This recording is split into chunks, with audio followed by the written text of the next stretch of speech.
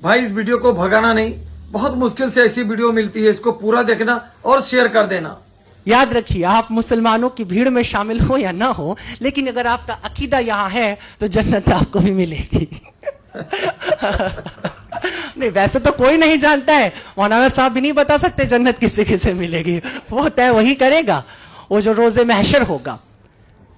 पैगंबर साहब की जिंदगी की 3 बातें बड़ी खूबसूरत हैं और बड़ी कीमती हैं, जिसे पूरी दुनिया, जिससे मुझे लगता है मुतासिर होती है। उसमें पहली मैंने कह दिया कि ईश्वर में अगाध निष्ठा, ईश्वर के अतिरिक्त कुछ भी नहीं है। ये पहली बात है जो उनके कैरेक्टर से हमने सीखी है और पूरी दुनिया को सीखना चाहिए, सीखती है। मैं कई बार कहता हूं कि भारत में जिस देवता की हम अब पूजा करते हैं, दरअसल वो इस्लामिक गॉड है। उस ईश्वर को भी कहीं ना कहीं से हमने इस्लाम से सीखा है। वो गॉड वैदिक नहीं है, अभी कुछ अलग है। हम मूर्तियां बना के रखते हैं, बात अलग है, लेकिन वो मूर्तियां कुछ ऐसे से हज ही कहता है, यहां तो हर घर में एक काबा होता है। हम उसी तरह से अब दुनिया को देख रहे हैं। हमारे पास एक ईश्वर है जो सजा भी देगा और हमें जजा भी देगा, उससे फैज भी मिलना है, सब होना है। तो एक चीज है ईश्वर के प्रति 100% आस्था, और दूसरी बात जो उनसे सीखने जैसी है, मुझे लगता है कि अरब की उस जिस जगह की अभी आप चर्चा कर, बहुत अच्छी बात थी कि आपने सबसे पहले औरतों की दुर्दशा पे बात की थी। मैंने इस बात को कई बार कहा है कि यूं तो मेरा शादी ब्याह से सख्त विरोध है, मुझे लगता है ये दुनिया की सबसे ही बकवास परंपरा है, इसे खत्म हो जाना चाहिए।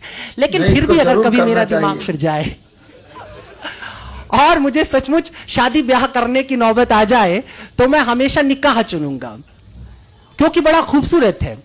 हिंदू क्या बड़ा झमेला है, वो एक साथ घुमा देते हैं आंख के चारों तरफ, 7 जन्म के लिए एक आदमी के साथ आपको बांध देते हैं। बड़ी मुसीबत है, छूट नहीं सकते।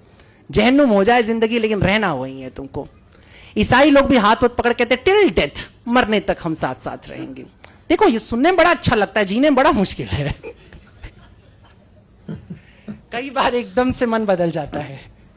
उदय जी एकदम चाव से सुन रहे हैं इस बात को। लेकिन ऐसा है, पर इस्लाम बड़ा क्लियर है, और उसके क्लियर होने की वजह थी, बहुत जरूरी था, क्योंकि औरतों की स्थिति बहुत खराब थी। तो सबसे पहले औरतों के हक में जो बात होती है वो हमको 1450 साल की रवायत के, आज के समय से मत सोचो, उस जमाने के मॉडर्निज्म पे जाओ, उस जमाने के मॉडर्न थॉट के ऊपर जाओ कि किस तरीके से पैगंबर साहब ने औरतों को उनका हक दिया और कहा कि नहीं, शादी होगी तो औरत तय करेगी।